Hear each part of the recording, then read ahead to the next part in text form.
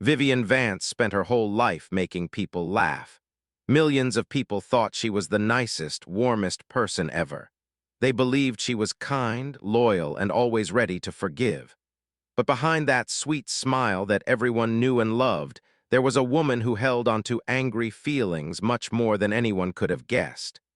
There was one man she absolutely couldn't stand being near, and she flat out refused to work with him. This wasn't some random stranger. He was the person that audiences loved watching her with the most on TV. So what made all that laughter turn into such strong hatred and hurt feelings that could never be fixed? Stick around as we tell you the real story behind it all, and you'll see Vivian Vance in a totally different way than before. Number 1. William Frawley, the co-star she refused to respect. If you made a list of people Vivian Vance really didn't like, there's no mystery about who would be at the very top. William Frawley. He was all alone in first place, and he got there super fast. The problem started even before they filmed a single episode of I Love Lucy.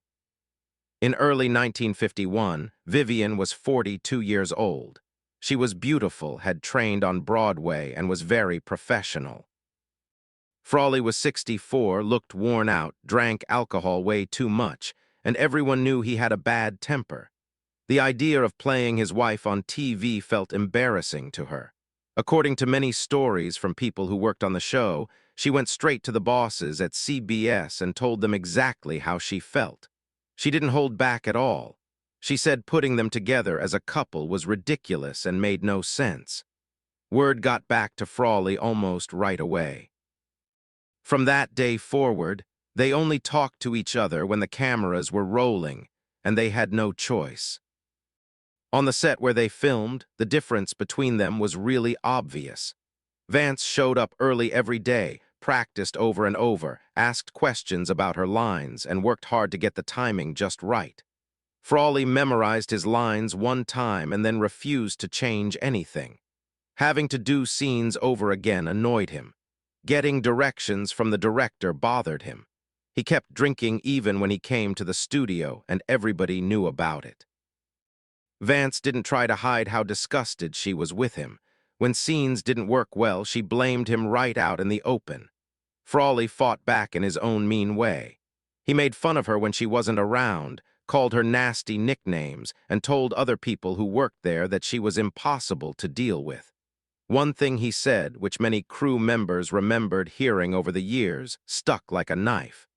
She thinks she's better than everyone else. There was no happy ending to their story, no moment later in life when they made peace.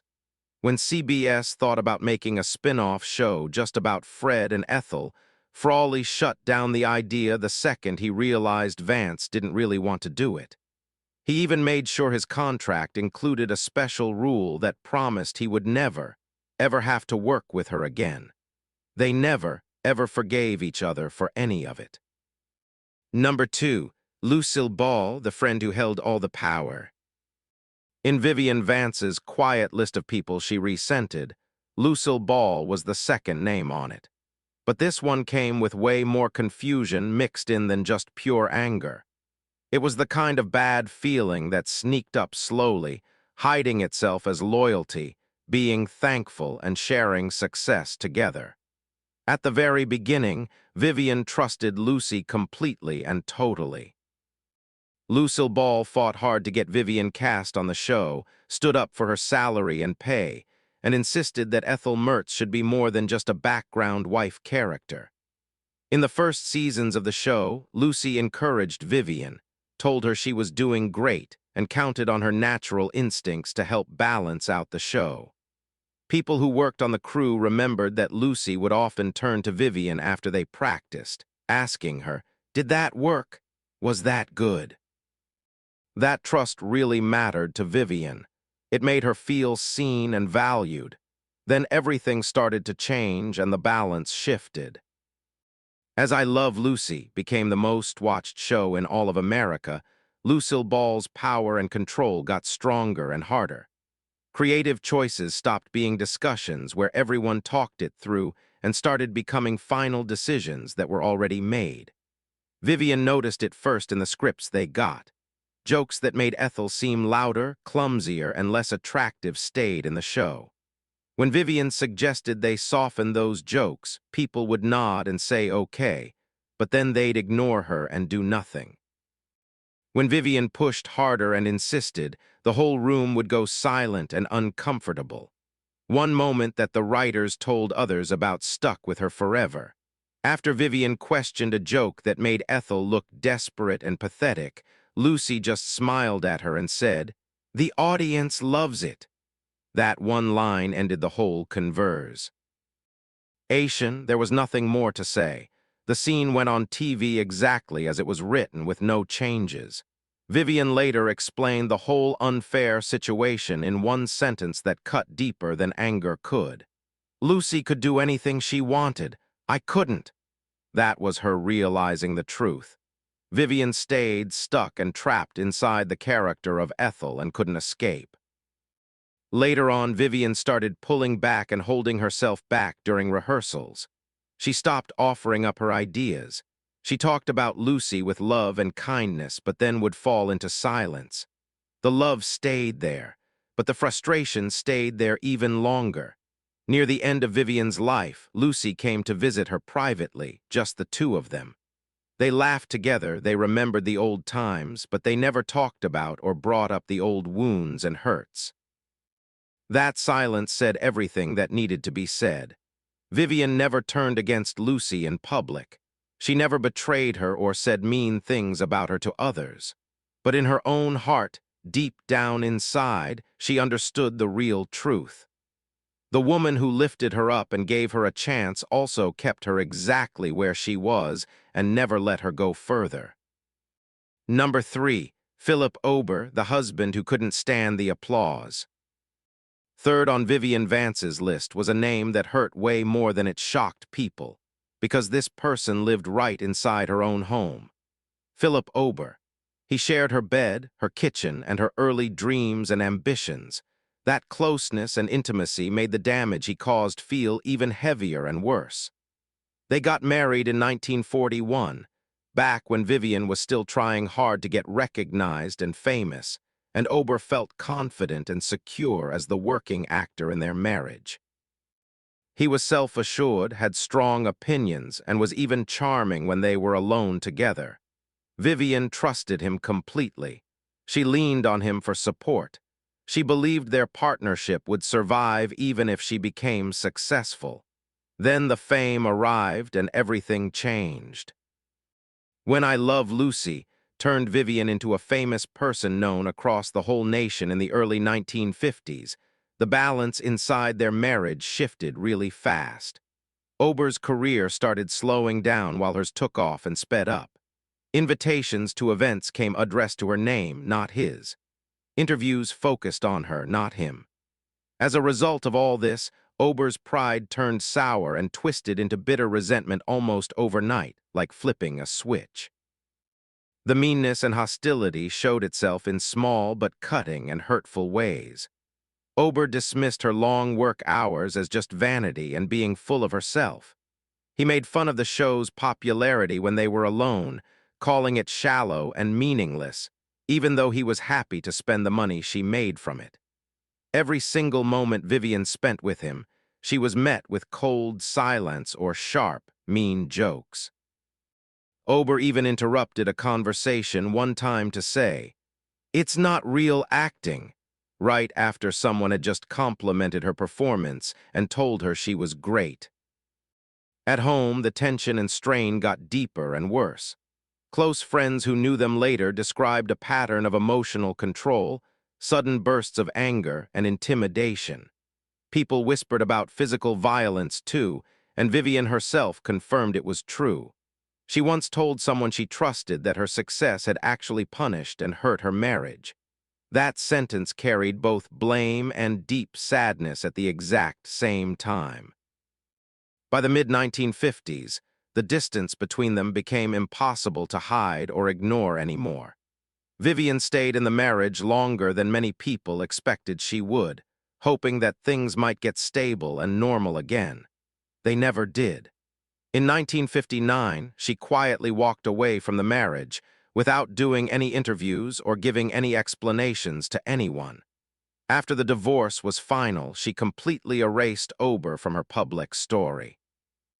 His name disappeared and vanished from her conversations with people. People who knew Vivian well understood exactly what that silence meant and what it was saying. Ober didn't lose her love in one big fight. He lost it slowly, piece by piece, little by little, as her success became something he just couldn't stand to watch or bear to witness. Number 4, Jess Oppenheimer, the gatekeeper who locked the door. By the time Vivian Vance reached the 4th spot on her private list of resentments, the anger had a different kind of shape to it. This one came from Jess Oppenheimer. He was someone who just smiled at her pleasantly while quietly deciding and controlling who she was allowed to be as an actress. At first, when everything started, she felt grateful and thankful. Oppenheimer saw something special in her that other people hadn't noticed. He helped create and shape the character of Ethel Mertz, gave her room and space to sharpen her comedy timing, and trusted her instincts during the early rehearsals and practice sessions. Vivian believed that meant she would have creative freedom. She believed that success would open up more options and opportunities for her. It did exactly the opposite instead. As I Love Lucy settled into a formula and pattern that worked too well to ever question or change, Oppenheimer became its protector and guardian. Every character had a lane they stayed in, like cars on a highway. Lucy drove the story forward. Ricky anchored it and held it steady. Fred and Ethel supported it from the sides. Vivian started noticing when that support role began to feel more like being trapped and confined. Scripts would arrive with Ethel being louder, broader, and easier to laugh at. The dramatic, serious moments disappeared completely. Vivian spoke up about it quietly at first, not making a big scene. She asked about trying different tones and approaches. She asked about doing guest spots and appearances on other shows. She asked about film work and movie roles that didn't involve falling down or doing slapstick comedy. The responses that came back were smooth, polite, and totally final, with no room for discussion. "The show needs consistency," they'd say. One moment in particular stayed with her and haunted her memory. During a script meeting where they discussed the show, Vivian questioned a joke that reduced Ethel down to just a punchline. Oppenheimer listened to her, nodded his head, and then said the line would stay exactly as written because it served the structure and format of the show. The discussion ended right there on the spot. Years later, looking back, Vivian summed up the entire situation and dynamic in one sentence that still stings and hurts. "I was capable of more."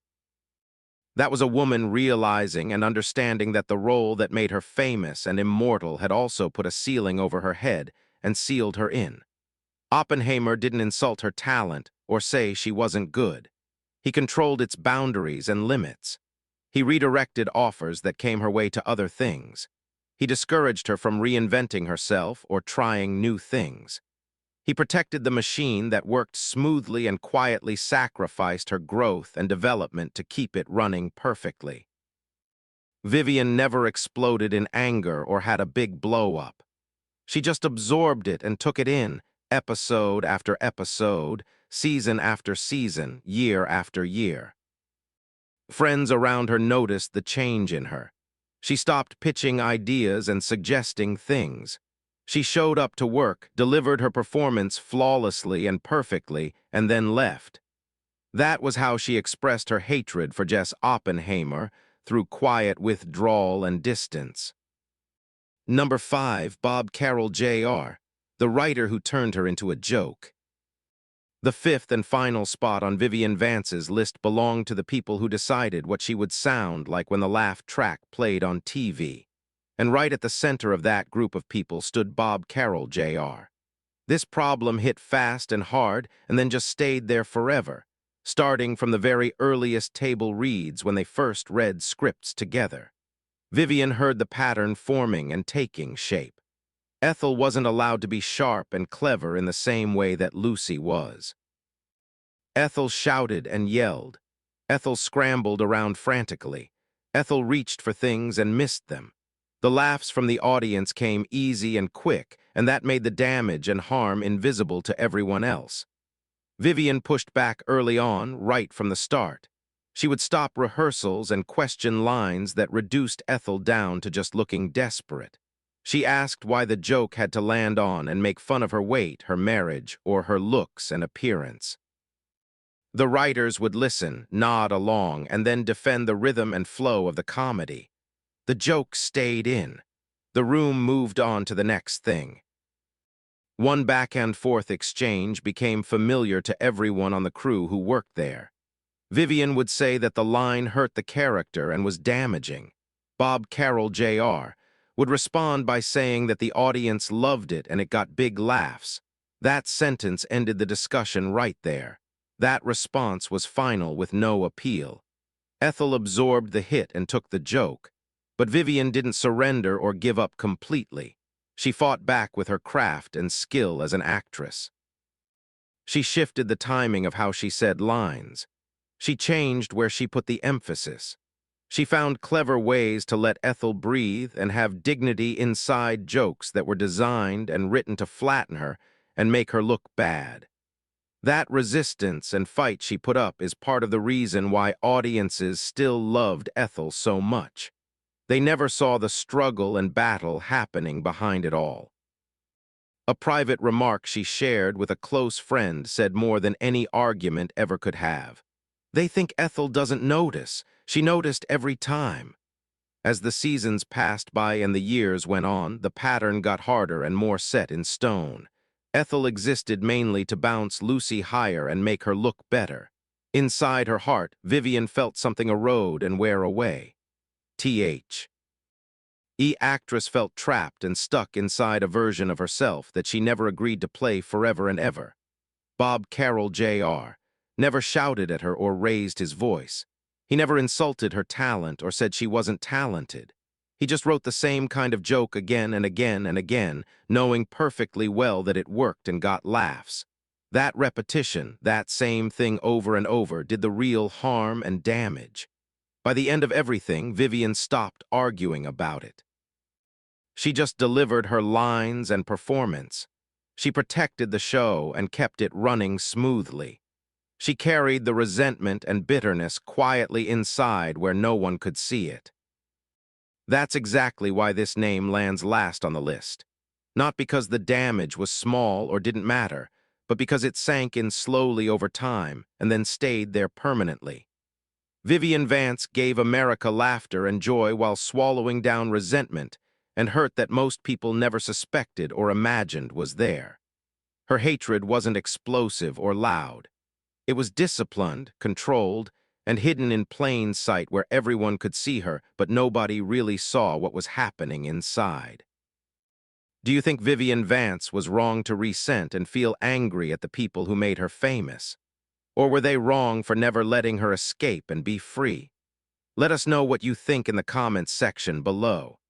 And if you want to hear more untold Hollywood rivalries and behind-the-scenes drama, don't forget to like this video, subscribe to our channel, and stay curious about the real stories behind the stars.